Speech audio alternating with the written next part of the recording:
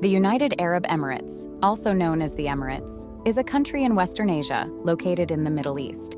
It sits at the eastern end of the Arabian Peninsula, bordering Oman and Saudi Arabia.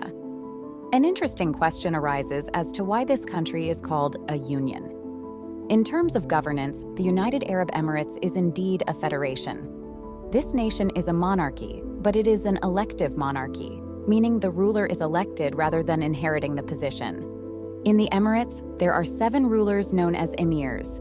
An emirate can mean a noble, prince, leader, or even a governor. The 7 emirates that make up the country are Abu Dhabi, Dubai, Sharjah, Ajman, Al Quwain, Fujairah, and Ras Al Khaimah. This is why the country is called the United Arab Emirates or the Union of Emirates. These 7 emirates collectively form the Federal Supreme Council, which then elects a president and a vice president.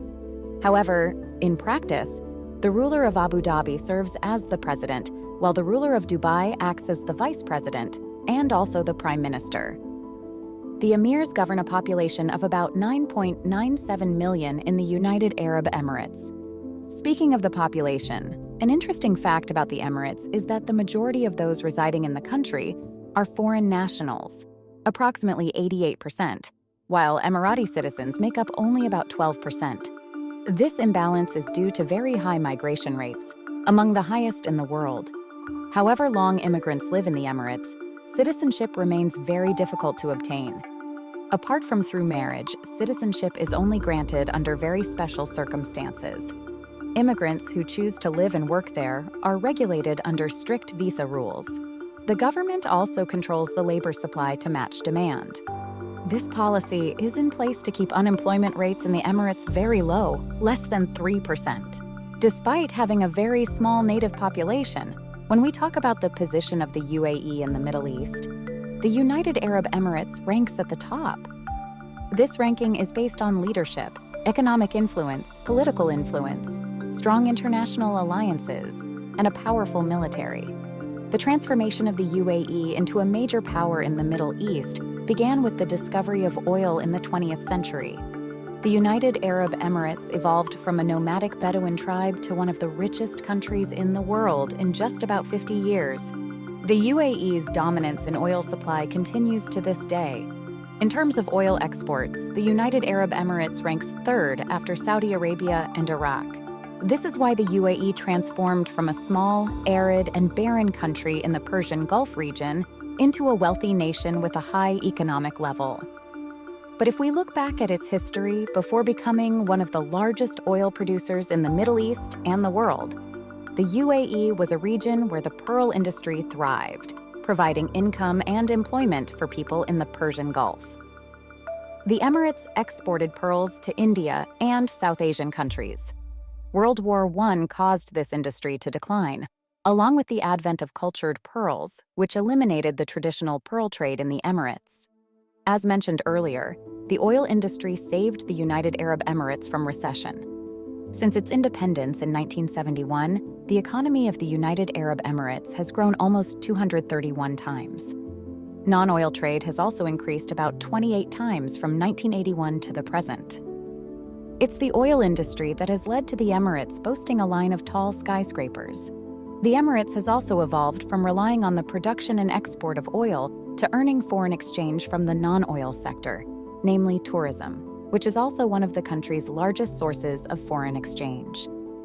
With the support of oil reserves, where the Emirates rank among the largest in the world, targeted and effective investments, coupled with a firm commitment to economic liberalism and strong government oversight, the UAE has enjoyed a more than 3-fold increase in its real GDP over the last 4 decades. Economically, the Emirates are thriving, but from a military standpoint, they are among the strongest Arab nations. Despite having a relatively small active personnel of about 77,000, the UAE's military plays an active and effective role. The United Arab Emirates military, though small, has been nicknamed Little Sparta by generals from the United States Armed Forces due to its involvement in numerous war interventions. The UAE Armed Forces have grown significantly over the years and are now equipped with the most modern weapons systems, largely purchased from militarily advanced countries, especially France, the United States, and the United Kingdom. Some of their key assets include the Leclerc AMX-56 main battle tank and multi-role combat aircraft, like the F-16 and Mirage 2000. The UAE is not just an importer, but has also started to produce a large amount of military equipment in an effort to reduce foreign dependency and aid in national industrialization. Examples of national military development include the Abu Dhabi Shipbuilding Company, which produces various ships, as well as the production of weapons and ammunition, various military transport vehicles, and unmanned aerial vehicles. The progress experienced by the United Arab Emirates is inseparable from significant leadership in leveraging energy resource wealth to diversify the economy and ensure a leading position in the global economy in the post-fossil fuel era. However, all these are governed by the 7 Emirates, and there are no democratically elected institutions. Political parties are banned, and all executive, legislative, and judicial authority lies in the hands of rulers who are in reality chosen hereditarily. The civil liberties of both citizens and non-citizens who make up the majority of the Emirates' population are subject to significant restrictions. As a result, there is no formal commitment to freedom of expression in the Emirates. There are numerous systematic human rights violations, including torture and enforced disappearances of government critics and families harassed by state security forces. Individual rights such as freedom of assembly, association, press, expression, and religion are also heavily suppressed. The Emirates have received poor ratings in freedom indexes measuring civil liberties and political rights. Fortunately, the Emirates managed to avoid the upheavals of the Arab Spring in 2011. Dubai, with its dazzling cityscape, is always in the spotlight. It is considered one of the most advanced cities in the Middle East. In recent years, the country has ranked high in terms of economic indicators and welfare. The Emirates' skyscrapers are a major draw for many immigrants, especially those seeking employment. Dubai is usually known for its high salaries and decent living standards. That's why many expatriates from around the world come to Dubai in search of a brighter future for themselves. However, finding a job in Dubai is quite challenging due to the large number of expatriates themselves. Moreover, migrant workers face significant restrictions. They are not allowed to join unions or strike. Those who do strike risk imprisonment and deportation. In terms of diplomatic relations, the UAE's position towards Israel has been criticized for normalizing relations between the two countries. The UAE became the 3rd Arab country, after Egypt and Jordan, to establish diplomatic relations with Israel in 2020. This move opened the way for other Arab countries to establish their relations with Israel. While the UAE criticizes Israel's war actions, it also condemns Hamas's attacks. The UAE views Palestinian militant groups and other Islamic groups as threats to the stability of the Middle East and its surroundings. The concerning aspect is that the Emirates maintained its relations even during massive Israeli attacks on Palestine.